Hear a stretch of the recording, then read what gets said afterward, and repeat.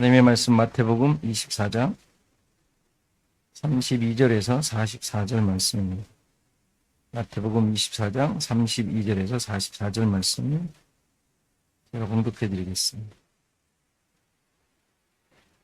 무화과 나무의 비유를 배우라. 그 가지가 연하여지고 잎사귀를 내면 여름이 가까운 줄 아나니 이와 같이 너희도 이 모든 일을 보거든 인자가 가까이 곧 문 앞에 이른 줄 알라. 내가 진실로 너희에게 말하노니 이 세대가 지나가기 전에 이 일이 다 일어나리라. 천지는 없어질지언정 내 말은 없어지지 아니하리라. 그러나 그날과 그때는 아무도 모르나니 하늘의 천사들도 아들도 모르고 오직 아버지만 아시느니라. 노아의 때와 같이 인자의 임함도 그러하리라. 홍수전에 노아가 방주에 들어가던 날까지 사람들이 먹고 마시고 장가들고 시집가고 있으면서 홍수가 나서 그들을 다 멸하기까지 깨닫지 못하였으니 인자의 임함도 이와 같으리라. 그때 두 사람이 밭에 있음에 한 사람은 데려가고 한 사람은 버려둠을 당할 것이요 두 여자가 맷돌질을 하고 있음에 한 사람은 데려가고 한 사람은 버려둠을 당할 것이니라. 그러므로 깨어 있으라. 어느 날에 너희 주가 임할는지 너희가 알지 못함이니라. 너희도 아는 바니 만일 집주인이 도둑이 어느 시각에 올 줄을 알았더라면 깨어 있어 그 집을 뚫지 못하게 하였으리라. 이러므로 너희도 준비하고 있으라. 생각하지 않은 때에 인자가 오리라. 아멘.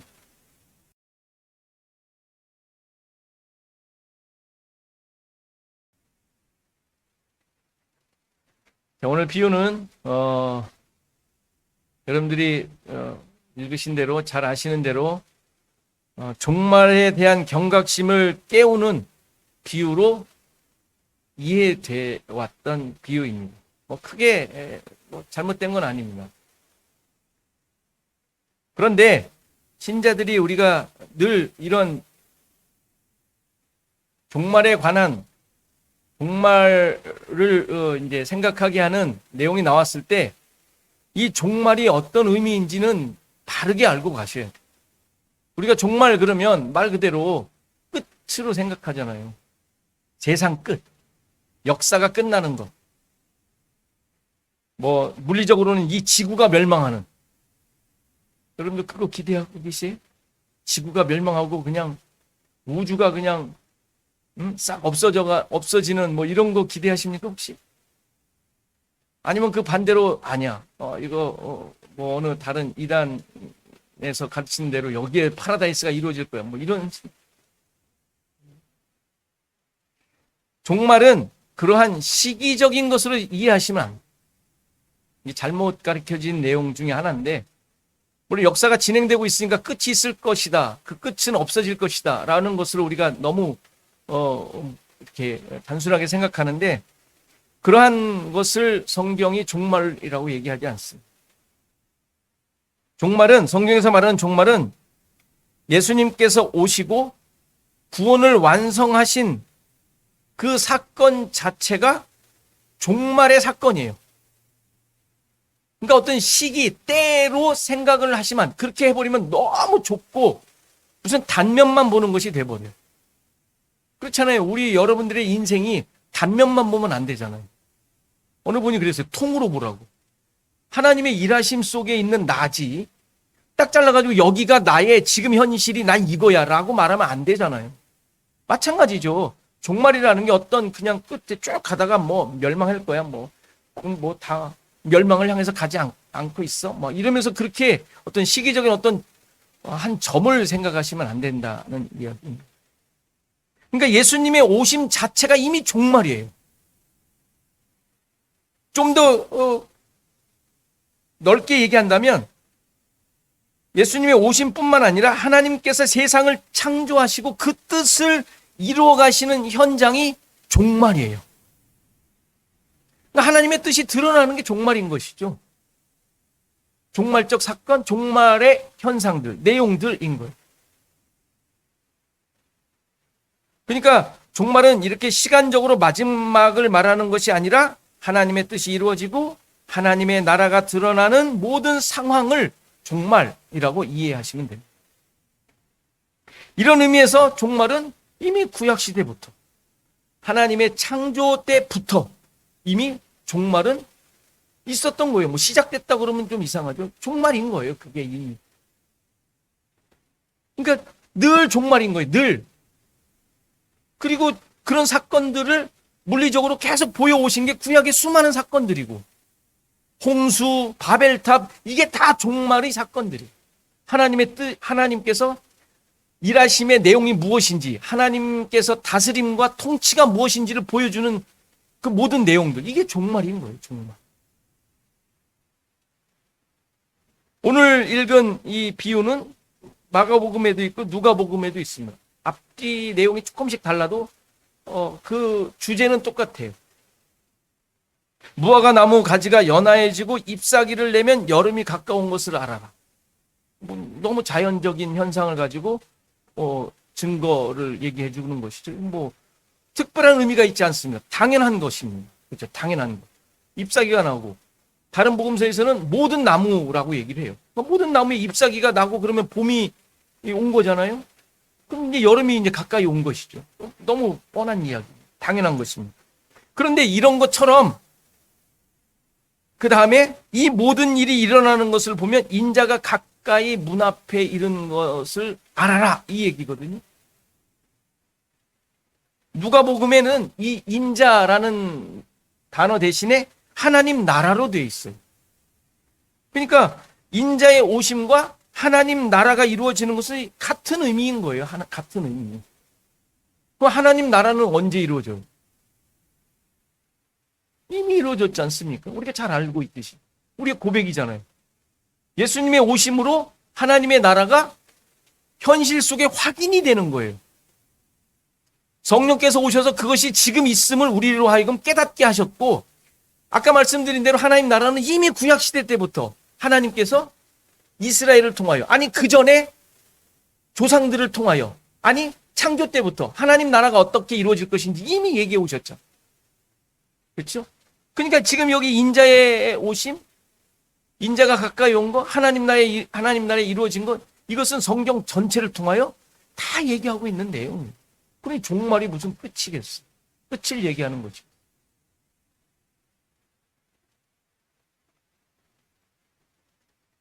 근데 지금 이 비유를 통하여 그것을 경각심을 갖도록 하는 거예요. 지금 하나님 나라가 어떻게 임했는지, 어떤 모습인지를 좀 더 그 제자들에게 가르쳐 주시고자 하는 내용이죠.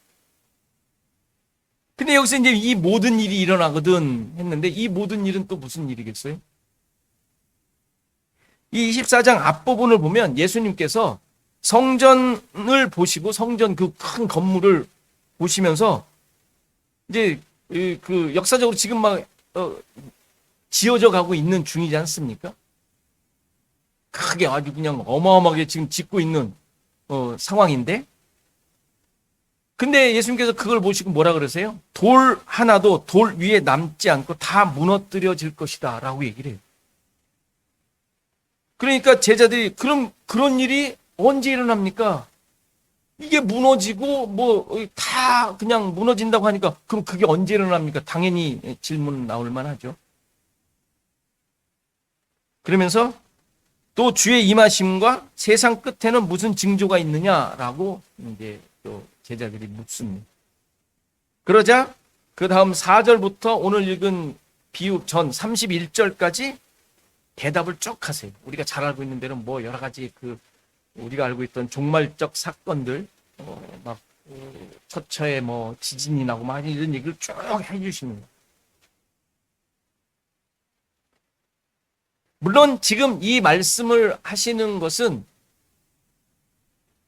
여러분들이 생각하시는 대로 뭐 막 이 종말이 가까울수록 막 일어나는 그런 사건으로 우리가 이해해 왔잖아요. 정말 그럴까요? 예수님 때는 없었고, 그전에는 없었고, 조금씩 한두 건 있었는데 지금 막 일어나. 야, 세상 끝이 다 왔구나. 이렇게 우리가 보통 얘기하잖아요. 정말 그래요? 그렇지 않아요. 지진?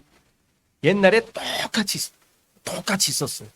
근데 왜 지금 더 많이 느껴져요? 매체가 발달을 해서 전 세계 일어나는 걸 그날 다 알아. 우리나라에만 일어나는, 내 주위에만 일어나는 거를 만 아는 게 아니라 전 세계에 일어나는 걸 다 알잖아요. 그러니까 야, 이거 뭐 지구 이제 멸망하는 거 아니야? 이렇게 생각되는 거예요. 아니에요. 그렇지 않죠. 이전에 다 있었어요. 뭐 흔적들 많잖아요. 얼마나 많아요. 그러니까 그런 느낌인 것이지, 지금 예수님께서 말씀하신 이 내용들은 늘 있었던 내용. 그러니까 예수님은 지금 십자가 사건을 이제 앞두시고 계시는 지금 24장이니까. 그러니까 그 십자가 사건으로 말미암아 일어나는 모든 이야기, 그 정점 가운데 지금 얘기하고 계시는 거예요. 그러니까 그것을 가지고 이제 깨달으라고 미리 말씀해 주시는 것이죠.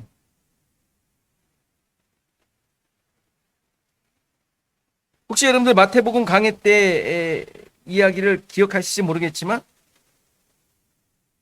그때 얼충 거의 이야기 말씀드렸었던 것 같습니다.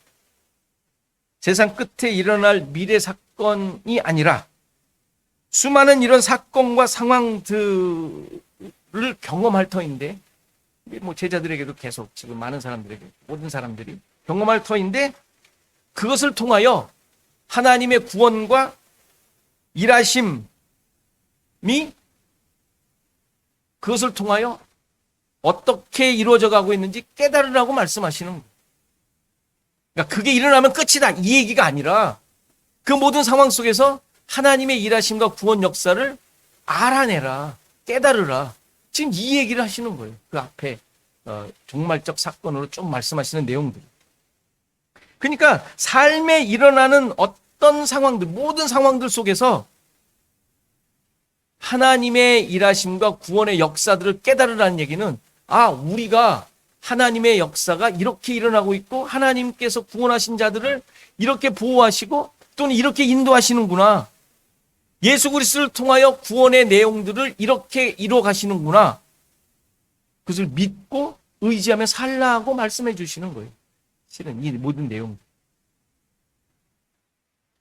계시록 혹시 강의했던 거 기억나세요? 그 수많은 뭐 인재앙, 나팔재앙, 대접재앙들 기억나세요? 그게 뭐 앞으로 일어날 것처럼 생각하잖아요. 똑같은 사건들이라 그랬어요. 7가지의 그 사건들. 근데 그게 전부 이 세계에서 지금 일어나고 있는 일들이라 그랬잖아요. 일상적인 일들이에요. 무슨 뭐 폭탄, 뭐 핵폭탄 막 이런 걸로 자꾸 비유하시려고 그러는데 그렇지 않고, 이거는 문명이 발달하면서 나온 그냥 뭐 어떤 도구들이죠. 세상 속에 일어나고 있는 모든 일들을 말하는 거예요. 그러니까 이런 상황 속에 하나님은 어떻게 일하시는가를 보시라는 거예요. 확인하시라는 거예요. 그러니까 모든 신자들이 지금 종말을 살아가고 있는데, 여러분들에게 일어나는 수많은 일들, 이게 다 종말적 사건들이에요. 다시 말해서 하나님의 뜻과 하나님의 일하심이 드러나는 사건들이에요. 개인적으로 어려움과 힘듦들이 있을 터인데, 이것들을 통하여서도 하나님의 일하심과 그의 백성됨을 드러내라는 환경들이 이걸 말씀드렸던 거예요.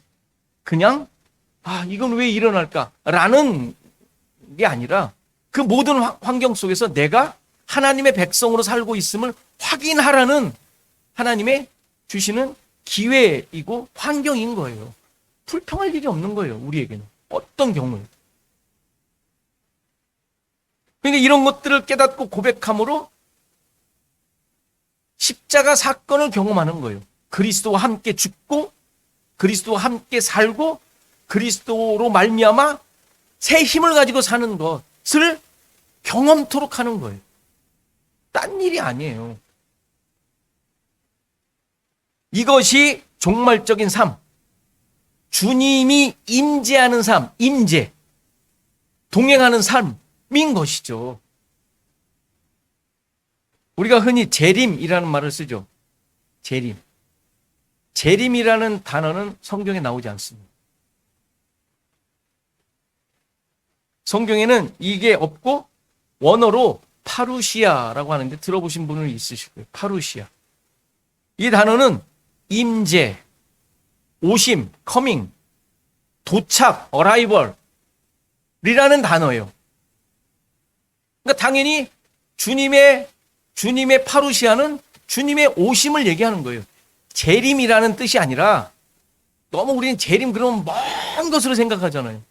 이 세상 멸망하고 올 때 그 천년왕국 뭐 어쩌고 저쩌고 그걸로 생각하시잖아요. 그게 아니라 그냥 오심이에요. 임재.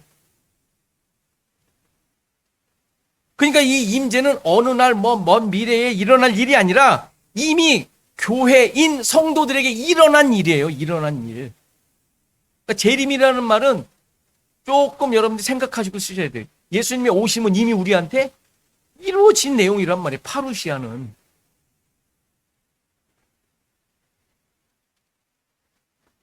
그러니까 우리 성도들은 이미 종말이 이루어진, 종말이 성취된 자들이라는, 그래서 종말을 살아가고 있다는 게 이 내용이란 말이에요.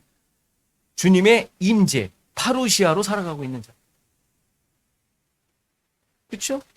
여러분들 주님의 임하심으로 살고 있잖아요. 주님의 오심 가운데 살잖아요. 하나님 나라에 살고 있으니까 성령의 인도하심을 받는다며, 그게 그 말이 똑같은 말이에요.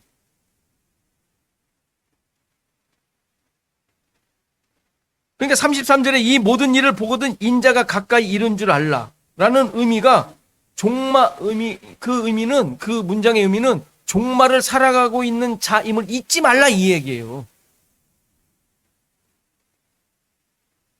너무 자주 여러 단어로 표현으로 들었기 때문에 그다지 이렇게 심각한 것으로 들려지질 않아요. 모든 신자들에게. 그렇죠? 그렇지 않습니까? 너무 당연한 거 아니야? 늘 얘기하는 거였으니까. 그러나 우리 자신들을 깊이 돌아보셔야 돼요. 이러한 기준을 가지고. 이 시대가 우리의 삶을 해이하게 하고 있지 않습니까? 그냥 그저 그렇게 아무렇지도 않게 살아가는 것으로 그냥 느끼게 해요. 괜찮은 것 같아요. 이래도 그만 저래도 그만인 것 같고. 그렇지 않아요? 우리는 믿고 있으니까 그래 하나님과 동행하는 거지 주일날 나오고 성경 보내니까 보고 이렇게 살아가는 거지. 너무 해이해지게 합니다. 대충 해도 될 것 같고 그냥 괜찮은 것 같고 주님이 함께 하신다고 하니까 그런 줄 알고, 그러나 주님의 임하심의 삶, 종말의 삶은 만만치 않습니다. 성경에 수많은 경고가 있는 이유가 뭐겠어요? 경고가 엄포가 아니잖아요. 위협을 주려는 내용이 아니잖아요. 경고라는. 성경에서 경고는. 시대가 그렇다라는 것을 깨닫게 하는 거예요. 시대가. 그때나 지금이나 똑같거든요. 옛날은 옛날대로, 지금은 지금대로 신자를 유혹하며 하나님께 집중하지 못하게 하는 건 그때나 똑같아요. 각자 도생이라 그러지. 다 자기의 뜻과 자기의 기준을 가지고 자기가 판단하고 말씀의 도전, 상황을 통하여 하나님께서 주시려고 하는 그 메시지들 다 무시하며 살죠. 재수없다. 넘어가고. 그냥 기분 좋으면 그냥 기분 좋은 대로 넘어가고. 그러니까 결국 그 시대를 통하여, 상황을 통하여 우리에게 주시는 하나님의 경고, 메시지를 그냥 무시하게 되는 거예요. 깨닫지 못해. 많은 사건, 사고들을 우리가 경험하지 않습니까? 근데 그거에 대해서 말은 많이 해요. 그렇죠? 말은 많이 하는데 경고라고 생각지는 않습니다. 나와는 아무 상관이 없는 것으로 생각하는 것이죠. 수많은 정보들이 많고 그 정보들을 통하여 그냥 지식만 쌓여가는 것이죠. 그게 일상이 돼버립니다. 그래서 오늘 비유에서도 노아의 때를 예를 듭니다. 노아의 때. 그 언제 얘기입니까? 예수님 전 한참 전 얘기 아니에요? 창세기 얘기 아니에요? 창세기. 노아의 때 어떻게 했다고요? 홍수 전에 노아가 방주에 들어가는 날까지 사람들은 그냥 자기 일상생활 했단 얘기예요. 뭐 장가 가지 말라 이런 얘기가 아니고 그냥 일상생활 했단 얘기. 일상생활. 그들의 입장에서 보면 지금 노아가 방주 만들고 있는 건 어마어마한 일 아니에요? 그렇지 않습니까? 뭐 그때 뭐 미쳤다고 얘기할 수도 있고 뭔 짓이냐 뭐 얘기할 수도 있고 별의별 얘기를 했었겠지만 어쨌건 그 엄청난 일이 벌어지고 있는데 축구장만한 듣도 보지도 못한 그게 막 만들어지고 있는데 사람들은 관심이 없었던 것이. 일반적으로 방주를 한 120년 동안 만들었다고 보통 학자들이 얘기를 해요. 뭐 성경의 그 근거로.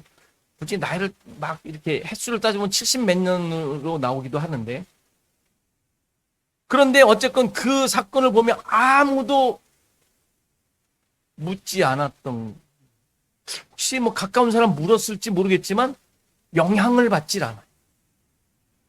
거기에 아무도 반응하지 않았다는 얘기죠. 그렇죠? 만일에 정말 노아가 말한 것을 믿었다면 우르르 들어왔지 않겠어요? 안 그래요? 그런데 그 주변의 상황에 그냥 자기의 생활에 그냥 있었기 때문에 아무도 관심이 없었던 거예요. 베드로후서에 그렇게 고백을 하죠. 베드로 사도가 쓰죠. 옛 세상을 용서하지 아니하시고 오직 의를 전파하는 노아와 의를 전파했어요. 하나님의 뜻을 전파했다는 얘기죠. 구원을 얘기해 줬다는 얘기예요. 그런데 노아와 그 7 식구를 보존하시고 경건하지 아니한 자들의 세상에 홍수를 내리셨다라고 얘기를 합니다. 그러니까 하나님은 그러한 상황 속에서 어마어마한 일을 벌이시기도 하지만 그런 사건 속에 의를 보여주셨다는 얘기죠. 노아를 통하여. 지금도 마찬가지 아니겠어요? 어마어마한 일들이 세상에 전 세계에서 각지에서 다 일어나지 않습니까? 이게 하나님이 하시는 일일 텐데 그것을 가지고 경고로 받아야죠. 경고로. 우리는 무감각하면 안 되잖아. 그렇죠? 먹고 마시고 장가들고 시집가고 있느라 깨닫지 못했다. 늘 하던 일에 정신이 팔려 시대적 상황과 징조에 대해 이해하지도 깨닫지도 못했다. 이 이야기 아닙니까? 우리도 구원 받았으니까 예수님의 십자가로 말미암아 끝난 거 아니야? 라는 믿음이 있는 건 좋지만 그게 내 생각인지 내 지식인지 어떻게 알아? 확인하셔야 돼. 늘 돌아보셔야 돼. 우리 일상생활에 매여 있잖아.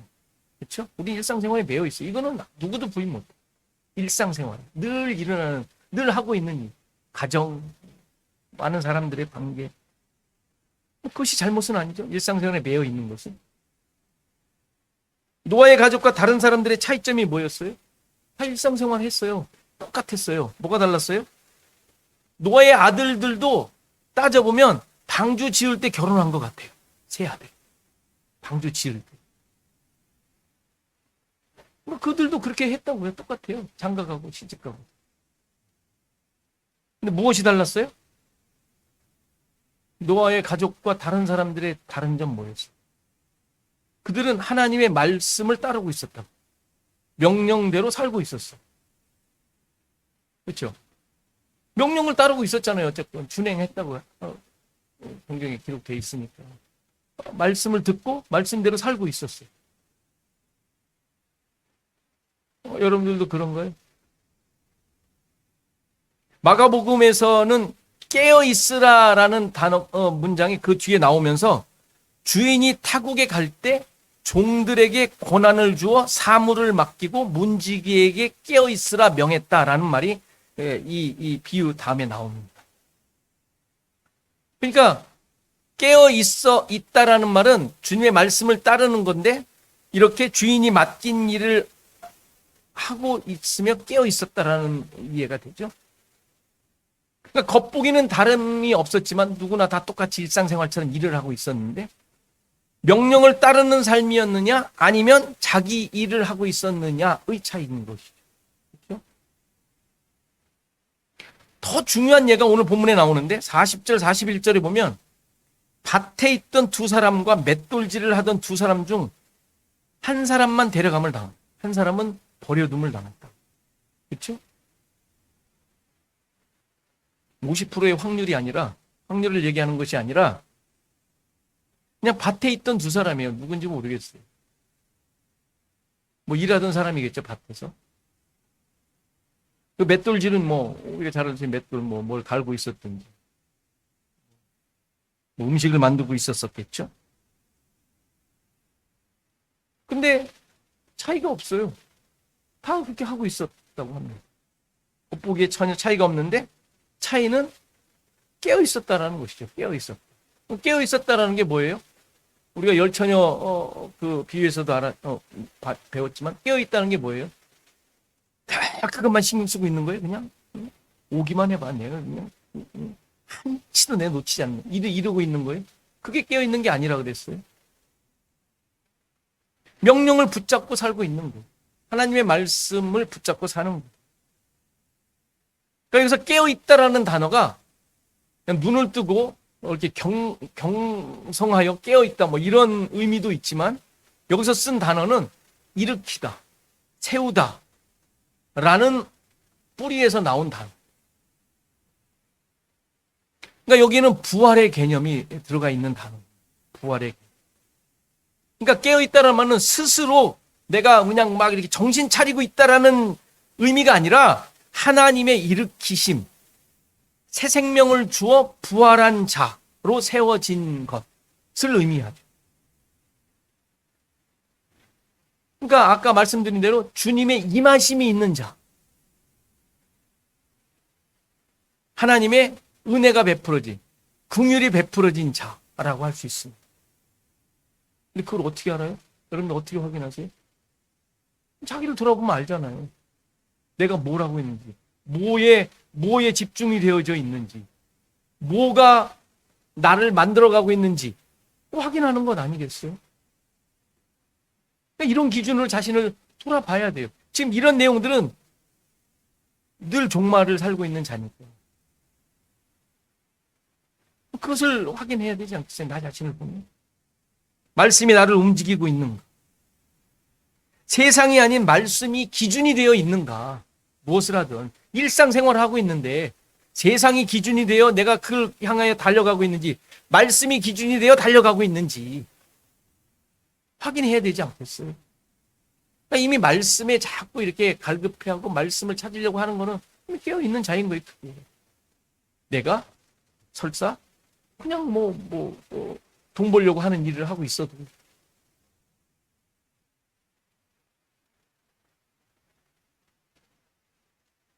하나님의 이끄심, 모든 상황 가운데 주님의 임재하심으로 살아가고 있는 거 확인하는 거예요.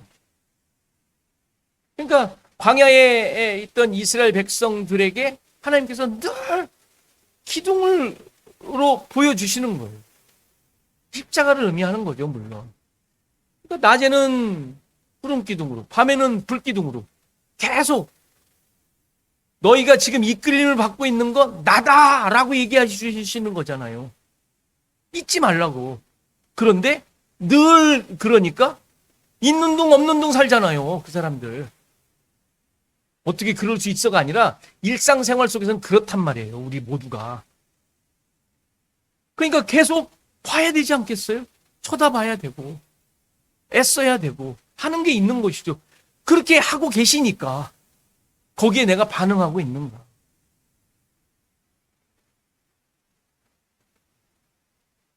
그러니까 이런 것들이 쉽지 않은 거죠.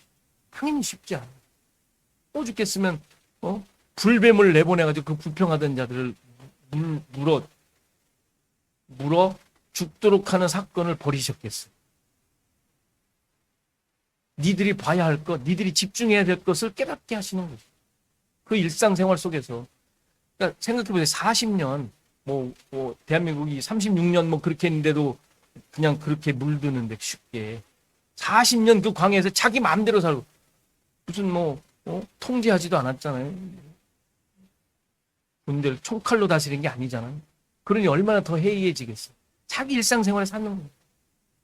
그러니까 일곱째 날 또 다시 가서 그냥 얻으려고 했다라는 게 그건 거예요. 그러니까 일상생활이 이렇게 무서워요. 나를 그냥 무감각하게 만드는 게 일상생활이란 말이에요. 먹고 마시고 장가들고 시집가고 그 일상생활 거기에 빠져있는 나쁜 게 아닌데 내가 그렇게 끌려가고 있지 않은지 확인하라는 거예요.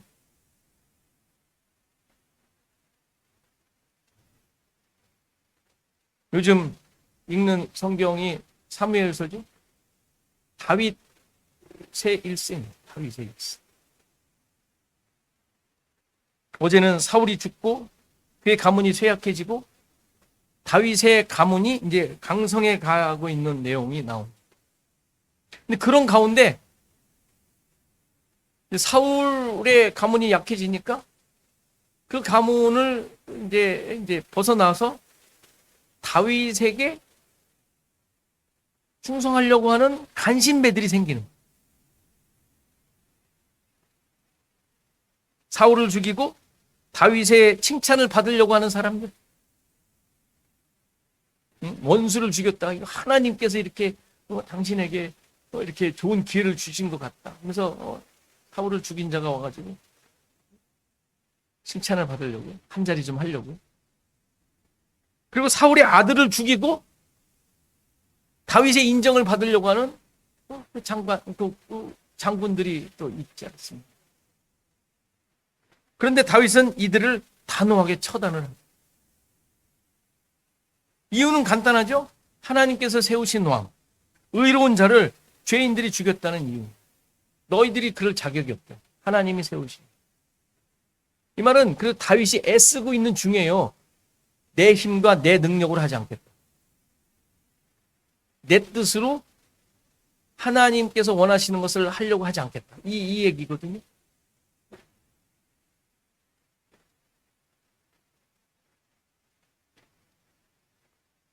그러나 다윗의 그러한 뜻과 의지가 있다면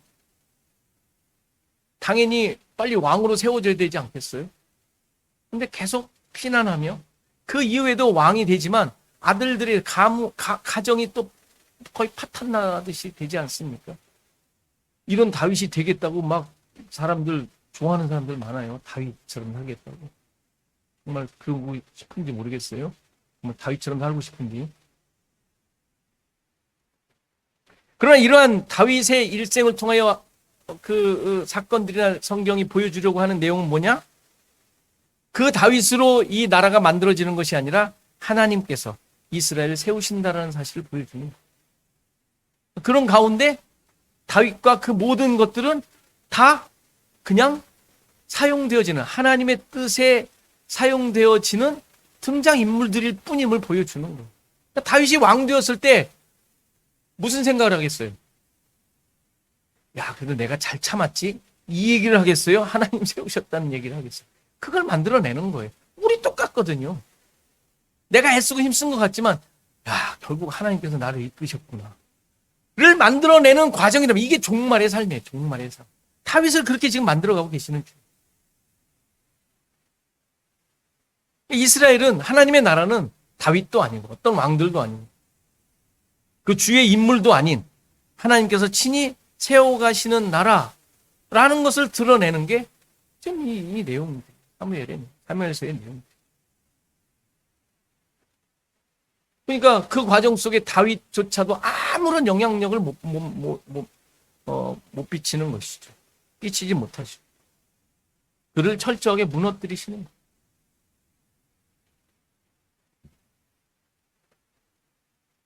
그러니까 우리의 삶 속에서 이런 것들이 고백되어져야 돼요. 확인되셔야 돼요.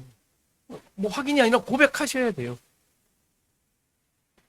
나는 다윗을 사용하셔서 그 하나님의 뜻을 드러내시는 것처럼 우리 또한 나를 통하여 하나님의 뜻을 이뤄내는구나. 나는 도구일 뿐이에요. 도구. 이끌림을 받는 존재, 이것을 깨닫고 확인하고 고백하도록 하는 것이 우리의 삶인 것이죠. 일상생활 속에서 그것을 고백하셔야 돼요. 찾아내시고 남 욕하지 마시고 남 탓하지 마시고. 이게 깨어있는 삶이에요. 대단한 게 아니라 이게 깨어있는 삶이에요. 노아의 모습이며 이게 우리 진정한 하나님 나라 백성, 신자의 모습인 것이죠.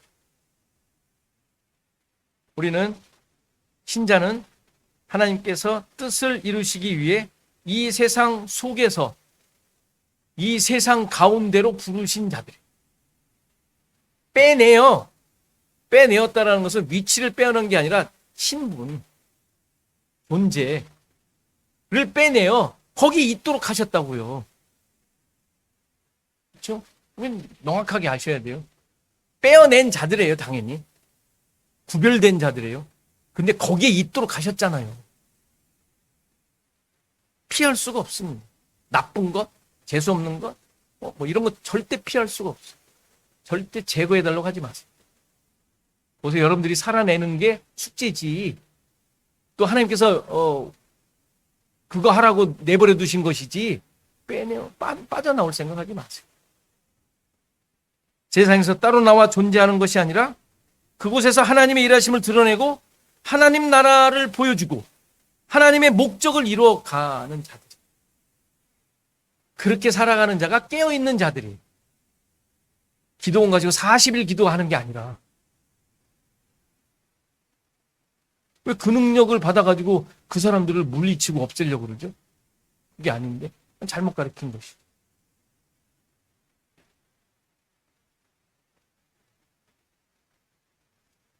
결코 이 세상으로부터 우리는